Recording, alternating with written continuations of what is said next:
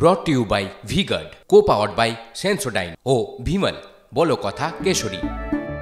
Associate sponsor UltraTech cement. Purulia Lok Sabha কেন্দ্রে হারের জন্য দোষারোপ এবং পাল্টা দোষারোপ শুরু হয়েছে তৃণমূলের অন্দরে। ঠিক এই কেন্দ্রে তৃণমূল কংগ্রেসের প্রার্থী শান্তিরাম মাহাতো বিজেপি প্রার্থী জ্যোতির্ময় সিং মাহাতোর কাছে 17,078 ভোটে পরাজিত হয়েছেন। হারের জন্য পুরুলিয়া কর্তৃপক্ষকে দায়ী করেছেন তৃণমূল কর্মী ও সংগঠনের নেতারা। আমরা যারা পুরুলিয়াতে সংগঠন করি, বিভিন্ন সংগঠনের দায়িত্বে আসি, আমরা সবাই দায়ী, আমাদের প্রত্যেকেরই দায়ভার নিতে হবে। কিন্তু বিশেষ করে দায়ভার নিতে হবে পুরুলিয়া পৌরসভা এবং পুরুলিয়ার বিভিন্ন ওয়ার্ডের কাউন্সিলর যারা আছে। কারণ আমরা সবাই জানি পুরুলিয়া শহরে পৌরসভাকে কেন্দ্র করে এবং কাউন্সিলরদের উপর ভরসা করেই আমাদের দল পরিচালিত হয় এবং বিভিন্ন উন্নয়নের কাজকর্ম হয়।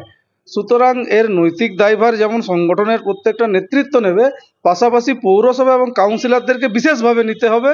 এবং শুধুমাত্র নৈতিক দায়ভার নয়, যদি নৈতিক দায়ভার নিতেই হয় তাহলে পদত্যাগের মাধ্যমে নৈতিক দায়ভার নিতে হবে। এবং বিশেষ করে পুরুলিয়া শহরের ক্ষেত্রে ফলটা আমাদের খুবই খারাপ হয়েছে।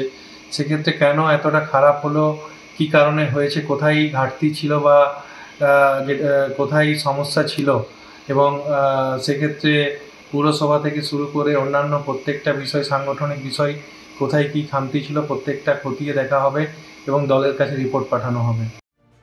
শুধুমাত্র পুরুলিয়াও ভালোই ফল করেছিল, শুধুমাত্র পুরুলিয়া মিউনিসিপ্যালিটির জন্যে পুরুলিয়া মিউনিসিপ্যালিটিকে সম্পূর্ণভাবে মানুষ